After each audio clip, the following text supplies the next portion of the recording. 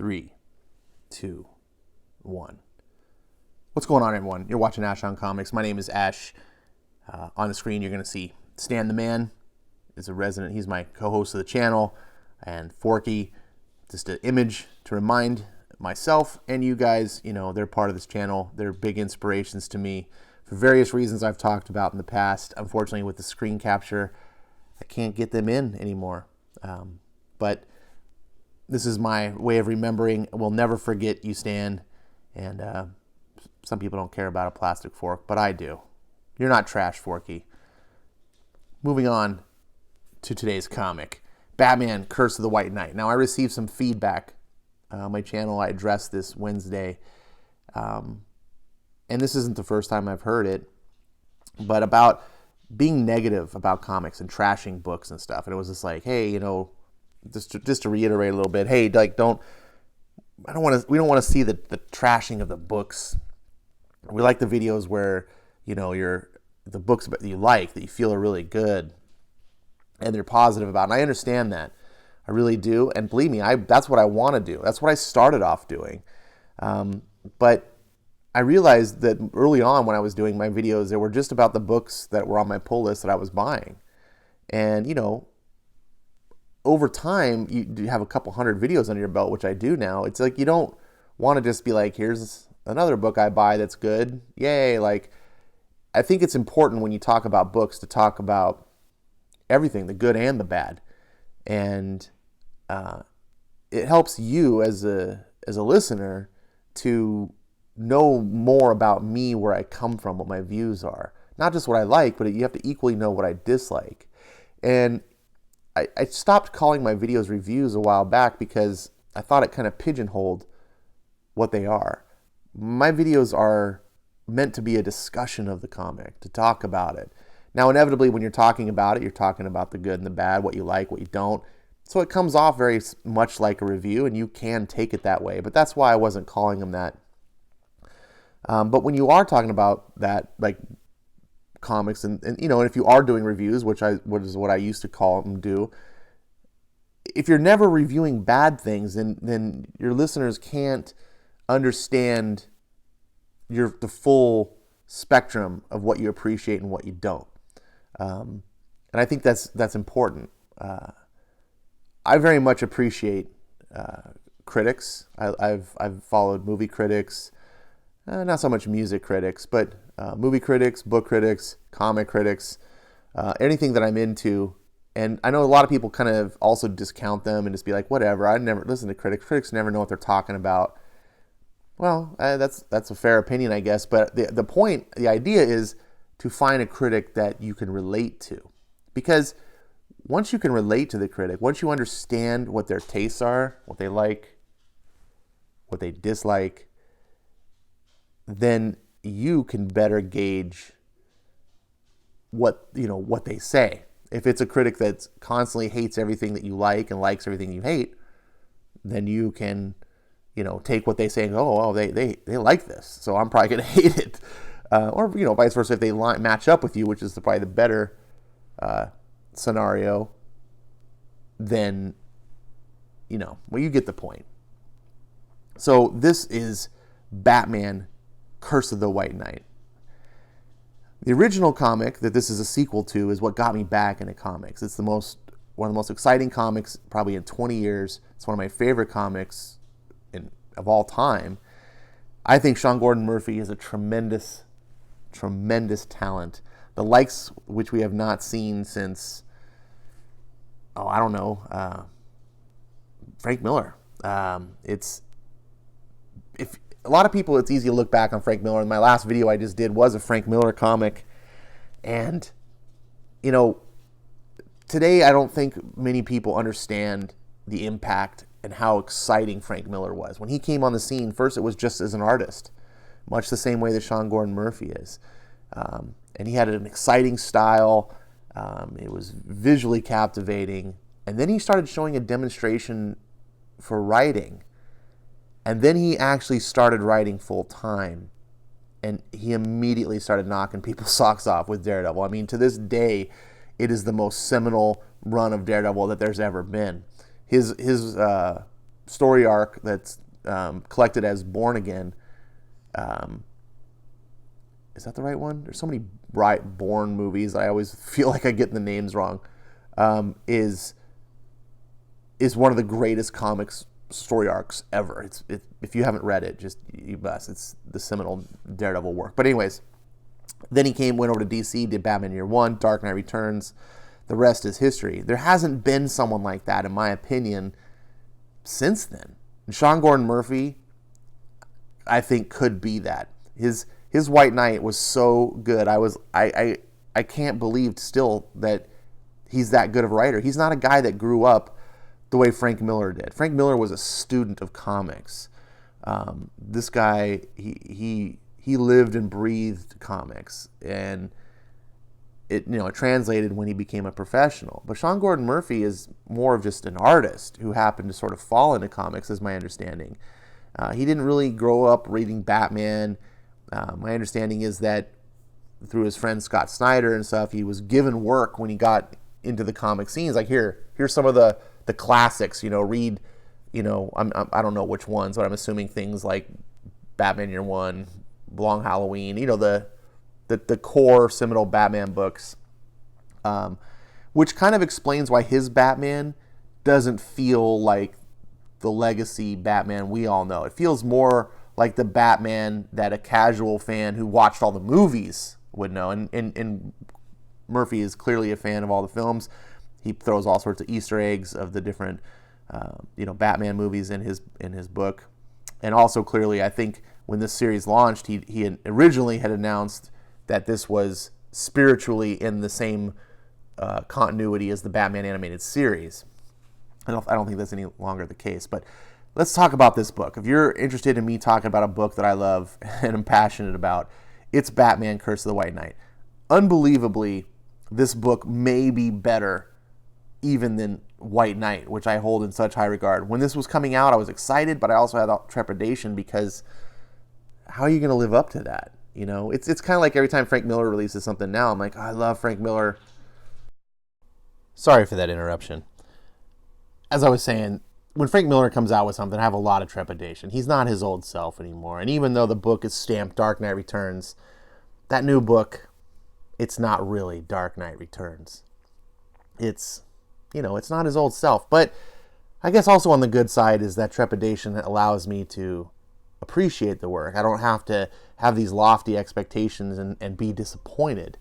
And actually, with that book, I was not disappointed. I was surprised at how much I enjoyed it.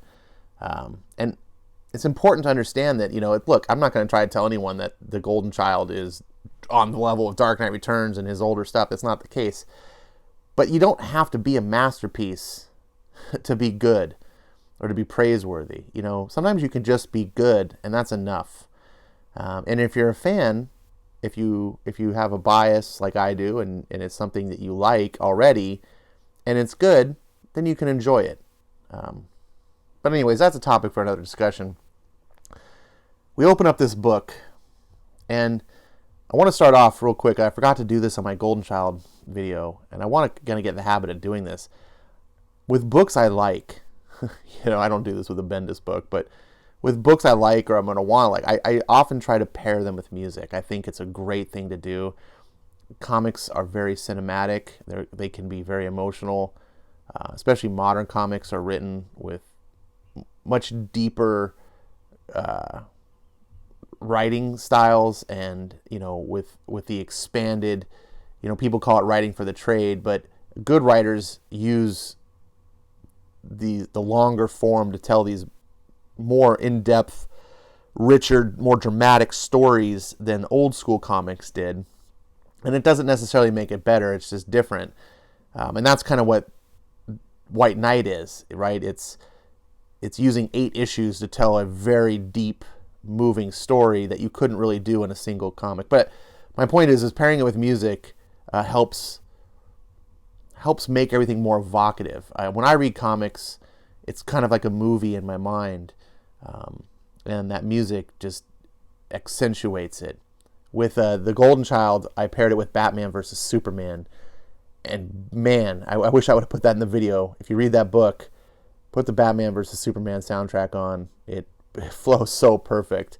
And regardless of what you think about the movie, the music is fantastic. It's scored by Hans Zimmer.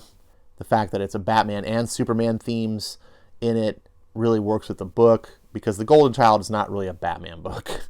It's about the Bat family and the Superman family, and it's its own animal, but it worked. And with this book, I'm so long-winded, I'm sorry. With this book, it's The Dark Knight Rises. Another controversial film. It's got its detractors, but whether you appreciate the film or don't, Hans Zimmer's score, again, he did the score on that, is phenomenal. Man, he's written the definitive Batman score for me on the Christopher Nolan trilogy, and he's managed to make each film sound connected, but also with their own sound. So I can put on a different soundtrack with the Batman Begins, The Dark Knight, or The Dark Knight Rises, depending on what type of Batman story I'm reading. And I thought The Rises was going to be most fitting of this when I saw this first image, and I wasn't wrong. Fantastic. And it has another connection that I'll point out as we get in the book. Now, we open up with the scene of Gordon's funeral. This is very emotional, and man, I have to praise Sean Murphy. He's an artist, and I don't mean that in the simplistic way of saying, look, he draws. Like, that's what we refer to the word artist in a comic book. We say, oh, he's the artist. He is an actual true artiste. Like, he understands how to use his medium to connect to the viewer or the reader or the audience, emotion, meaning, feelings, ideas. His work speaks to me on another level besides just commercial entertainment. And there's not necessarily anything wrong with just commercial entertainment. That's what comics have excelled at for decades. That's great. But it's also nice sometimes when you can have something be something more. And this book, man, it speaks to me. And besides also being a work of art, in my opinion, he's become a master of his craft. He understands how to use the medium in the way that, the greats before him have taught. Comics over time have evolved, and today it seems like so many modern creators just don't understand the craft. They seem like cheap imitations. They're knockoffs. They're people who are like, they look at comics and go, oh, it's like panels and you draw pictures and then you tell a story and I can do that. It's like, well, yes, on the surface that's what it is, but there is a lot more to how comics are made. It's not that simple. And over 80 years, we've seen lots of different masters of this craft help hone it and perfect it. And now Sean's working on the shoulders of giants, and he's adding his own visions, and he gets the medium. He gets every issue of a comic should start like this with a hook where you're like, oh, immediately it grabs you. Just one image. You don't even need to read the words. The image immediately grabs you. And the last page should make you, just hanging out in the way, like, what? Your mouth drooling, like, I need more, I can't stop. It should hook you, and it should, it doesn't have to necessarily be a plot cliffhanger, but you'll see when we get to the end of this book. So, the death of Gordon, look at this. I mean, this is a out of continuity book, and this death means so much more than Alfred in the main continuity. Like, DC's just so dropped the ball, and here we have a real master that just knows how to tell a story. You often can't appreciate how important someone is while they're still alive, and only by their passing do you suddenly realize the staggering magnitude of what you've just lost. Right now, that's exactly how Gotham City feels about the death of Jim Gordon. Jim was the best of us. He had compassion for every citizen and an eye toward the future. And he was willing to do whatever it took to get us there, we see on a news broadcast. He was a reminder that the smoldering cauldron of Gotham City doesn't just create villains like Joker and Azrael. It forges heroes like Jim Gordon. What a phenomenal first page this is. it just immediately, it taps into your heart. If you are like me, if you're like many Batman fans reading this book, and you realize what a hero Jim Gordon is, this, even though this is all fiction and it's fake, it speaks to you. It speaks to your heart. At least I hope it does. It does for me. And then we cut, boom, Batman, Curse of the White Knight. Sean Murphy, Matt Hollingsworth. And this is an important notice. I always criticize, the X books for having their 2-page white page splash for the credits. And here we see White Knight doing a similar thing. But look at the main difference here. It's not a big white page of just text and like, here's people. This is evocative. It's art. And you look at this and you're like, wow, I just got hooked on this plot device, with the death of Jim Gordon, and then boom, you get this, and it's like you're ready to go. You flip the page. We've become so politically divided over the Jack Napier and the events of last year, shouting with ever-increasing volume, calling each other names and refusing to see ourselves as a family. We're living in a constant storm, the news continues. And like the eye of a hurricane passing overhead, Jim Gordon's death has given us a moment of calm. Today, Gotham unites over the pain we're all feeling. You see some people in a bar watching, some people at the gym. But we're not just united in our sadness, we're united in our fear. Because we all know the storm isn't over, and it's hard to imagine surviving without Jim Gordon. And then we're at the funeral, and everyone's laying roses on the casket. And then we see Dick with Barbara in a wheelchair, and Sean in his version of his Bat universe. This is how Barbara becomes crippled, presumably to become Oracle. I like that nod. He's writing a story the same way that Christopher Nolan did for his Batman. He's taking the essence of the characters and nods to certain events, but he's putting his own spin on them. Murphy's doing the same way, and I really love it. I said this about the Nolan films. Like, look, you can make changes to characters as long as you do it well, right? Don't just do it for the sake of, I just want to change things like the way Bendis does. Everything's got to be changed because I can't have anything be the same. But he doesn't do any of it well. If you do it well, your audience will buy into it. And if you do it more importantly, or at least equally importantly, with respect to the character. It worked for Christopher Nolan because when he changed the characters, like Bane is one of the great examples, he made it radically different, but he didn't disrespect the character. And that's a big deal. When you have reverence for these characters that you're portraying for the fans, it's important. And Murphy clearly does as well. This is not the story of how she actually becomes, handicapped and in a wheelchair, but it works. It works really well. And maybe, for me, it might even be better. Dick says, no sign of Bruce, because he's a coward. And this is a line, like a biting line from Barbara that stings for the reader. You're just like, oh, why are you dissing on Batman, our hero?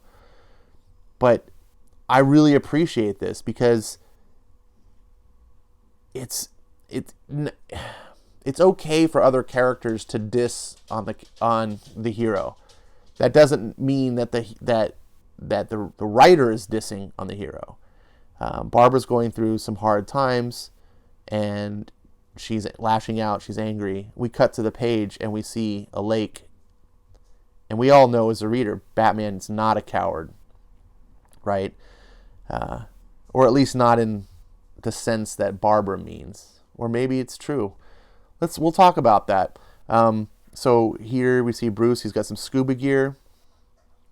And I love this shot as you're just looking down the page and you can see the diving into the depths. And we hear, Laffy Arkham in the wood, eating children when he could, underneath the moon of blood, swept away before the flood.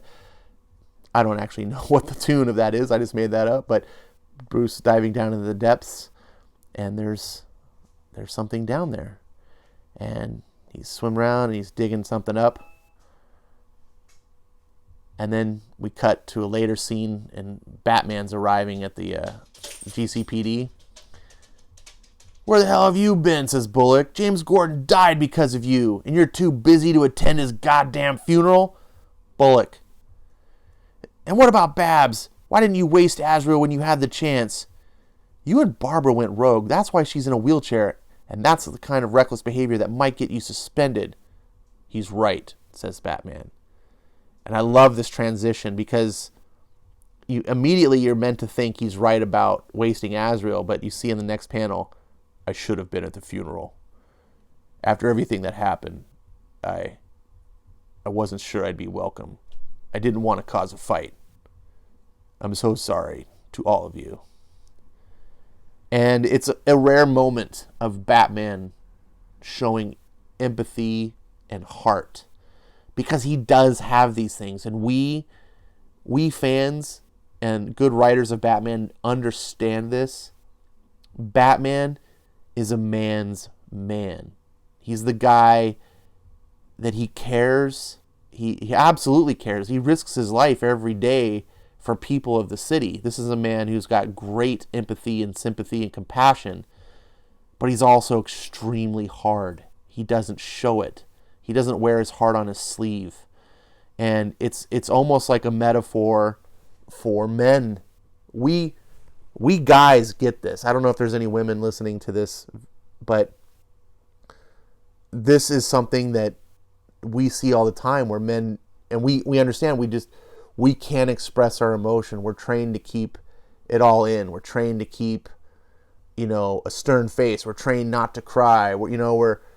These are things, and Batman is like that on a super level. He's the epitome. This is why you don't see Batman cry. This is why the Tom King Batman, is so fundamentally broken, because Batman is a hyper characterization of the male ego. And Tom King is just try to destroy that. And anyways, I'm not here to talk about Tom King. Let's get back into, so Montoya, the new commissioner, and he's like, you know what made Gordon a great leader? He understood two things: trust and compromise. He accepted that the good guys didn't always get along. They just needed to trust each other, and that moving forward sometimes means embracing your differences. And wow, this panel, it spoke to me. And this is going to be one of those subjective things where we all have different life experiences, and you may not have the same takeaway that I have, but to me, this panel really came across as sort of a metaphor for marriage. And I've used this a lot where I've talked about how Batman is married to the city of Gotham. And you might also think that maybe Jim Gordon was too. Or maybe Jim Gordon was married to justice and law and order. I don't know. But as comic characters, fictional characters, they can represent these things. They can be unrealistic in that sense. They can just represent ideas or philosophies. And I took that away. I think I have really strong views of relationships and marriage and things like that, and the ideas of trust and compromise. And there's these themes about how, sometimes you don't get along, but to make things work, this is how you do it. And when you do, it does work. So Bullock's like, well, how the hell we move forward? Batman says, by focusing on the work. So we get a history lesson, and Batman explains about what the reservoir was really a flooded plain, and his ancestor kind of hid all this after he betrayed, what's his name? The Bakar, the basically Azrael's descendant. When he betrayed him, and it's kind of shocking a little bit because you kind of expect Edmund Wayne. He's a Wayne. It's going to be all noble, but it's not. He actually did backstab, and he took the city all for his own, sold off certain assets, and it's how the Wayne fortune, the legacy, the empire was built. And it's not great. And then, he talks about how Joker wants to reveal that, and it's all part of the plan. And, they said, Joker had something in the interrogation about Gotham is drowning in secrets. Is that what he meant? Batman says, yes. I wonder why he gave you that clue. The clue didn't come from the Joker. And you're like, wait, what? You just said it was Joker. And then we hear, I remember when I first caught a glimpse of Jack Napier. He'd written me a love letter, a cry for help, and he wrote it on a playing card, the 3 of diamonds. Look familiar? And then we see, don't give up on me, Jay. And Harley is handing it to Batman. She explains that's why she has the diamonds, a part of her costume. I thought that was a really neat kind of tie-in and an explanation of things. Batman says, he needs her to reach Jack again, and she's not sure she can do it, and she doesn't want to be alone. He says she won't be alone. You have your kids, and so she goes to confront Jack, and and he's just cruel to her, and it's painful to watch. I mean, but Joker is a bad dude, and it's important that Sean doesn't soften the touch. And that's, I think, one of the failures in the media, like modern media. It's like the movies and TV. It's like, they did this with Suicide Squad. They cut out all the Joker scenes because they didn't want to show Joker beating up Harley and things like that. It's like, oh, we don't want to portray the toxic masculinity. And it's like, dude, the dude is literally toxic. it's the Joker. Like, when you can't portray bad people doing bad things, I feel like that's how society gets in the situation it is today, where bad things now become acceptable because it's not portrayed bad people doing it. Only good people now do bad things, apparently, and everything gets skewed. And comic books used to be stories about good and evil, and we could tell these stories, and as kids, we'd read them, and we could get clear understandings. And, as kids, we kind of already have that anyway. I think kids have a really strong sense of right and wrong and justice and unfairness, but they don't have the world experience to, put it together in words and to really understand it. So when they read books and comics and things like that, they're taking their ideas that they already understand, and now it's being illustrated literally and figuratively in a way that paints it out for them. That they, and it helps it all make sense and come into focus. And Joker's like, why would I ever risk bringing, why would you risk bringing your children? What's to stop me from escaping a kidnapping? I should have done the Joker voice. You won't. And why is that? Because Jack wouldn't let you. And he just laughs. Come on, Jack, you can do it. He just laughs at her. I know you're in there. And he just laughs at her. And he's like, if you're not, then you'll never see us again. And the only memories of your children will have of their father is this nightmare. And Joker just continues to laugh. Oh my God, I love it. That hopeful look on your cherub face. And it's just cruel. And just look at this heart-wrenching, like Harley's just heartbroken. She's just so... Maybe I was wrong about you. You're funnier than I gave you credit for. Okay, goodbye, Jack. I love you. And then, wait, I love you too. And God, what a dysfunctional relationship. Then meanwhile, back at the GCPD, they're going over Jean-Paul Valley's record, and they're basically talking about how he's this super commando, Green Beret, blah, blah, blah. Which they're basically building up how much of a badass he is, so you as a reader can understand why he's such a badass. I did have to chuckle a little bit. I know Sean Gordon Murphy's not, like a SJW type thing, but it's just the modern comics society has groomed us to conform. So here's a picture of some of the most badass Green Berets of Vietnam, and of course, there's a woman. Even though women can't even make basic infantry squads, we have to make sure that our media tells us that women are physical badasses, and apparently in Vietnam, among the best of the best, of course, there's a woman, because representation. And again, I don't think it's a progressive thing from Sean or anything. I think it's more of just a conformity to society that that's what we all feel we just sort of have to do now, or we're going to be labeled bigots and misogynists and things like that. And it's like, come on. It's just, why can't we just be true to what nature is and what we are? Just because a woman's not a Green Beret is not a disparaging thing to, and men get this. Most real men get this. We don't think it's valuable to be a badass. I mean, maybe sometimes we have male fantasies of that, but for women, we don't want women to be that. That's not why we value them. We value the qualities of women that we don't have as men. Their strengths, their own virtues make women great, not trying to imitate and be like men. That's not. And anyways, I'm going to go off on a rail here. So her name is Gabriel. At first I read this as Gabriel. And so it's not, it's like a male code name. I think that was a bad word, bad code name to use, because it can be pronounced Gabriel or Gabriel. And Gabriel's definitely not a male code name. So, but that's ticky-tacky, neither here nor there. It's just like I said, I read it as a female, and then I'm like, wait, she used a male code name? Oh, it's Gabriel. Okay, I get it, Gabriel. And then there's Michael. And also they talk about how they used biblical code names. So Gabriel, Archangel Michael. That's kind of cool. So their code names are all basically angels.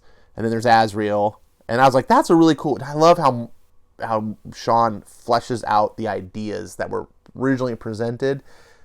And it's just like, oh, he's Azrael because Azrael sounds cool, like a cool name. And now Sean's like, I'm going to take that deeper. And he's got this whole squad of, they were called the Blood Angels. And I was like, that's a cool name. And of course it fits with the depiction of Azrael all in red as like an angel, blood angel. And it just, I love that fleshing out the mythos. This is world building. This is, again, not just strong plot, not just emotion, but now we have world building. These are great things that Sean introduces in his books. And you as a reader hopefully get to geek out on if you're like me. So then they talk about how he's got cancer, and we cut back to the Joker. Harley's talking, and this is the Jack Napier persona. They're so beautiful, Harley. I'm sorry I couldn't be there. And then she says, it's okay, I had Batman. He's the actually one who delivered them, and da-da. And then you can see the very mention of Batman is triggering Jack. And he's like, Batman delivered my children? And it's like, it's starting to like, maybe let the Joker persona come back, but he holds it together. And you see kind of this touching moment between these two, which is weird because they're both psychotic and twisted. But they talk about a flaming sword, and he's trying to remember. It's like, I remember a flaming cross, a sword lodged in a pool of holy oil. And he's remembering, and he's like, there's a message on the wall written in blood. Can you see it? Yes. What does it say? And you just see his face. Oh my God. But that would mean, oh no. What does it say? I'll tell you, but you can't tell Batman. What? Why? Because it will destroy him. And this is a great plot moment. You're like, oh, what is it? I need to know. What will destroy him? Meanwhile, we cut over to this lady. We're ending our arrangement. You've become a liability. So she's going to cut off Jean Paul because he's become so crazy. We get a cool picture, of if you recognize this, the Azrael bat suit. And she explains how, she was supposed to take out the Batman and replace him, but he's become this freaking reckless, crazy lunatic causing havoc all over, the city. And then he starts quoting the Bible. This is really cool. He is clothed in a robe dipped in blood, and the name by which he is called is Word of God. From his mouth comes a sharp sword with which to strike down the nations, and he will rule them with a rod of iron. He puts his sword on her shoulder. Revelations. I was hoping to be civil about this, Jean Paul, but if you want, we can do this your way. And then all of a sudden, out of nowhere, Bane crashes in, just, shoulder charge, boom! And you're just like, damn. And this is what I was talking about before, how why the Batman Dark Knight Rises soundtrack was kind of fitting. It was like, because Bane's actually in the book. Who knew? I didn't know. But Here he is. And I really like the physical depiction that Murphy has. He kind of does his own take. The whole, because Bane usually has the lucha libre type mask, but here he's got that Mexican, what is it, the Day of the Dead. I love that styling and motif, and it just seems really cool. My only critique about this book, honestly, though, is that Bane kind of is a chump. And Jean Paul, this is the guy that took out the Batman, broke Batman's back, and Jean Paul kind of makes mince meat out of him. And I don't know if it's an attempt by Sean to just explain, like, this is how badass Azrael actually is. He just, like, or what. But I felt like this fight needed to be bigger. Bane, of all people, is not a chump. They do have a fight. And you see this really cool scene where you think it's like Bane's going to break his back. He's like, haha, faith is your weakness. God will save me. God can do whatever he wants with you after I break you. And you're just like, oh, dude. And then, boom, Gabriel stabs him right in the freaking back of the head. And he's collapsing, his venom goo dripping all over the place. We see Azrael's like, I've known many mercenaries. They were full of pride, took unnecessary risks. They often left themselves exposed. Which Bane responds, the exposed tube is a challenge to my enemies to dare to come in close if they dare to cut it. To which Azrael says, challenge accepted. Whack! And you're just like, what? What? And Bane is out. And, geez. Now, the part of me that accepts this, the part of me that's like, okay, it's all right that Bane, is that Sean Gordon Murphy is telling a short form story here. It's not 80 years of Batman. This is Murphy doing, like, I'm going to do a trilogy of Batman stories like Christopher Nolan did. So these characters are going to have relatively short arcs. They're not meant to go on for years and years and years like they do in the comics. They just have their story and boom, they're gone. And so I think when you look at it in that perspective, it's okay. I do think I wish Bane would have put up a little bit more of a fight, but it's not really super important to the book as a whole. And now that woman's like, oh no, please, John Paul, don't. And he takes out his sword and he explains how it's dripped with napalm and he's going to put a candle on it. And he's like, still quoting the Bible and everything. And she's like, I'll tell you everything you want. Meanwhile, we cut over back to Bruce Wayne. And he's sitting out at Arkham, and Harley's coming out, and it's just cool. Look at this shot here. The ability to draw a car is a skill that few comic book artists surprisingly have. But Sean, like, you'd think, like, I don't care about drawing cars, but cars are sexy, man. Comic book characters are also sexy, and I talk about comics a lot, that comics need to be sexy. There's two types of artists. There's the artist who can draw, like, they can just draw, like, and they have really strong illustration, but their work's not necessarily sexy. And then there's the other artists who their work is sexy, but they're not necessarily good illustrators. I think this is what got Rob Liefeld, success for such a long time. Back in those early 90s days, New Mutants fans were just like, yes, they were just gobbling it up. His work, I don't mean sexy in a sex sense, like, but sexy in, that proverbial sense. It had that appeal. Sean Gordon Murphy's both. He's both a solid illustrator, but he also, it's a sexy look. It's just, you just want to look at it. That car is fantastic. It's an old classic Ferrari. If I'm not mistaken, I don't know exactly the model. I'm not a Ferrari enthusiast, but I'm sure Sean is. I'm sure that's some rare, awesome, classic Ferrari. Or it might be, no, it's a Ferrari. I was going to say it might be a Maserati, but I'm pretty sure. I don't think Bruce Wayne would drive a Maserati. Good work. What about the message on the wall? He doesn't know. So here we have Harley keeping the secret because we know she was told. And Bruce says, how can we trust him? You don't have to trust him, Bats. Just trust me. And as they're driving away, we see a murdered guard, and you're like, oh man, what's going on? And then we see Batman at Arkham. But this isn't the Batman we know. This is a Batman with a sword, which can be no one else but the Azrael Bat. And look at him just go to town. He's just taking out Killer Croc. Craps. And just, look at just stab, killed everyone. And then Joker, doesn't fear death. Clearing out the competition, I see. How'd you get past security? They let me walk right in. And why would they do that? Because I'm Batman. And you're just like, oh, damn. And that's the end of issue 5. We get some preview pages that are really cool to look at with the black and white art. Damn. Sex appeal. You don't get to see women like this in comics too often these days. I cannot wait for this book. But this is the alternate cover, which I also bought. I'm not a big fan of Batgirl, but Murphy's Batgirl, fuck. Yes, please, more of. Everything about this book is utterly fantastic, except for the Bane thing, which is a quibble. Get this trade paperback, by the way, if you don't have it. You can get it on Amazon for like $10. You will highly value. You will read it many, many times. And there's the last page. I'm in love with this book. I absolutely adore it.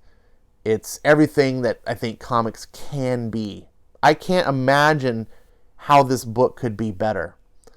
It evokes emotion. It speaks to me on a philosophical level.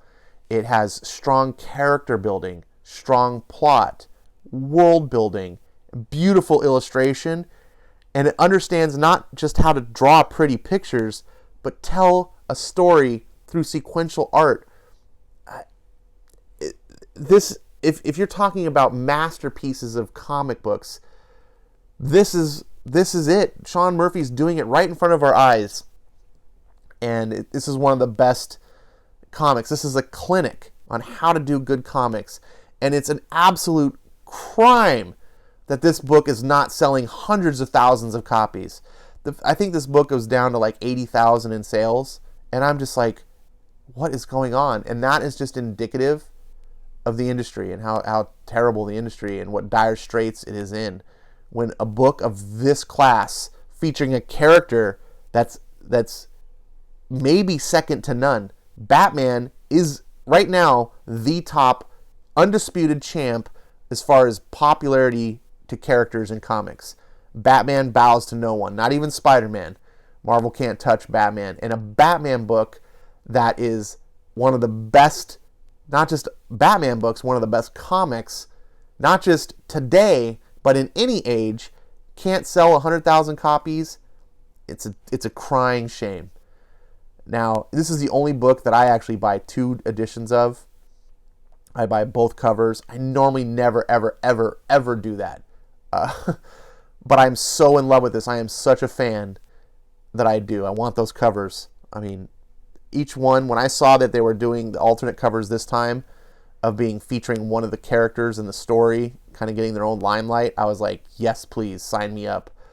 I just had to do it. And I spend twice as much on this comic, but I'd rather do that than buy this in like a Bendis comic or a Tom King comic. You know what I'm saying? And that's when I'm wrap this up, is I hope you enjoyed listening to me wax on about this book and my ideas about comics. I know this was a long video.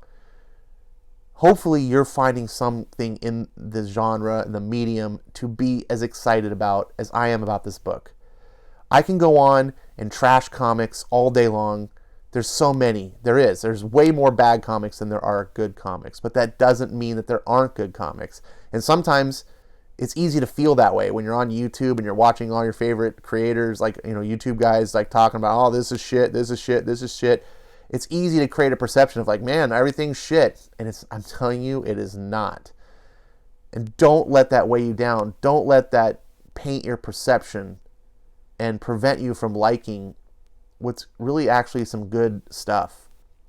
I think Frank Miller's Golden Child deserves a much more honest look at the book. I think there's far too much echo chamber mentality against the book because it's got depictions of Donald Trump, so instantly it's got to suck.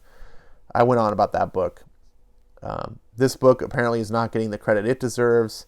I do know some people that aren't happy with the depiction of Batman. Some people have the opinion that maybe Batman is depicted as a failure, which I kind of understand. You know, the idea is that Batman is the reason why Gordon's dead and Barbara's crippled and all this stuff is because Batman failed, and they don't like the depiction of Batman being a failure, and that's not necessarily wrong to feel that way.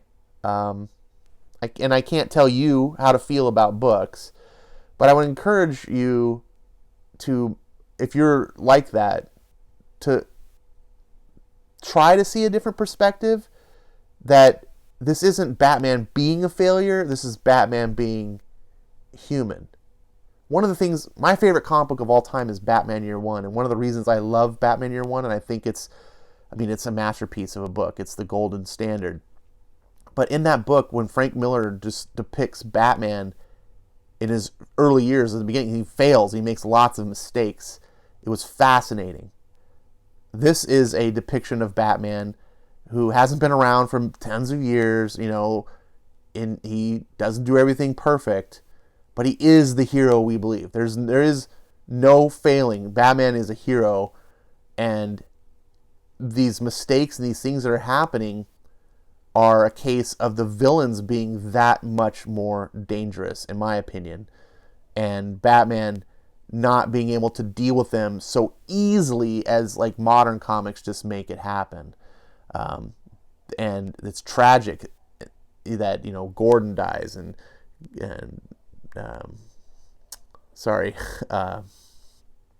Batgirl's crippled and Alfred dies, and it's like, but this is a self-contained limited story, so we can allow for things like that to happen. Anyways, that's my feelings on the book. This was a very long video, and I apologize. I know some people critique and they say, oh, your videos are too long, I can't watch them. I don't know what to do about that. I'm trying to give an in-depth analysis and discussion about the book,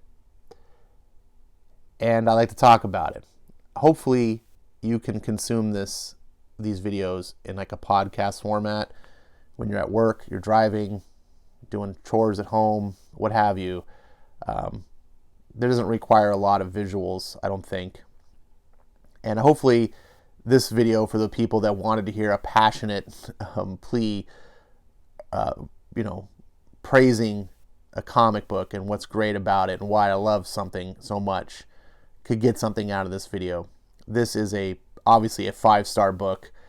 It's absolutely phenomenal. I cannot wait for the next books. This is a book that you buy. I'm going to buy again and trade probably, so I can have reading copies, hand them out to people and say, here, read this. This is something that for years, 20 years from now, it's going to be equally good. This will never get old. This is a book that you should be proud to have in your collection. Maybe even after the third White Knight comes out, which is, Sean already tweeted pictures of him typing the script. The third one comes out and they'll put all 3 of them collected into an omnibus. Who knows? But this is a reason to be excited about comics. I am super excited. This is why I do this video, is why I buy these books. This is why I love comics. Hopefully you are. If you're as passionate about this book as I am, tell me. If you're not, but you're passionate about something else on this level, tell me about that. I love to hear other people getting the same joys. I love talking to comic fans that get it. We don't have to all like the same books, but I think on a fundamental level, we all like the medium for similar reasons. Thank you so much for watching. I'm going to cut this now at the end, and hopefully you didn't fail to make it this far because you were bored to tears before you got to here. And if you did, let me know. Give me some encouragement that I don't completely suck. It's nice to not think so. I'll see you next time, and I'll keep my videos shorter. Hopefully, this book deserved it.